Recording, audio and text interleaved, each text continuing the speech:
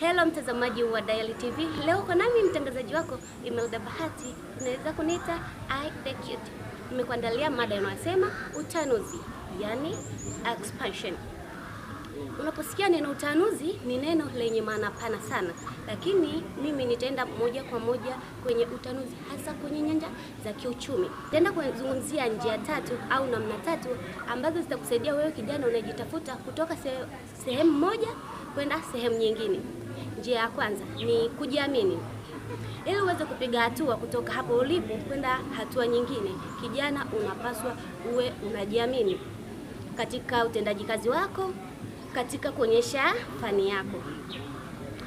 Njia nyingine ya kufanya ni unatakiwa uwe una uthubutu.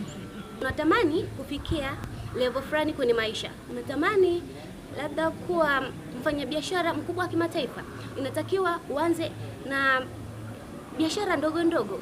Usijali jamii itakuchukuliaje, usijali macho ya watu watakutazama kwa namna gani, usijali maneno ya watu watakuzungumzia kwa namna gani.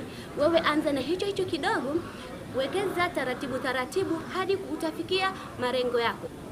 Na utakapotoka sehemu moja kwenda hatua nyingine, ukifika pale utatamani tena usogee pengine.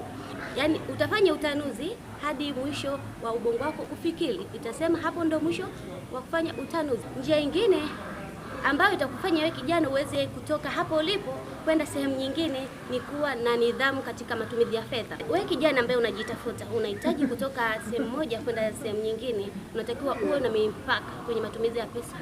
Pesa ya mtaji na pesa ya matumizi usije ukavichanganya, na usisubutu pesa ya mtaji kuchukua hata senti 5, maana haitorudi.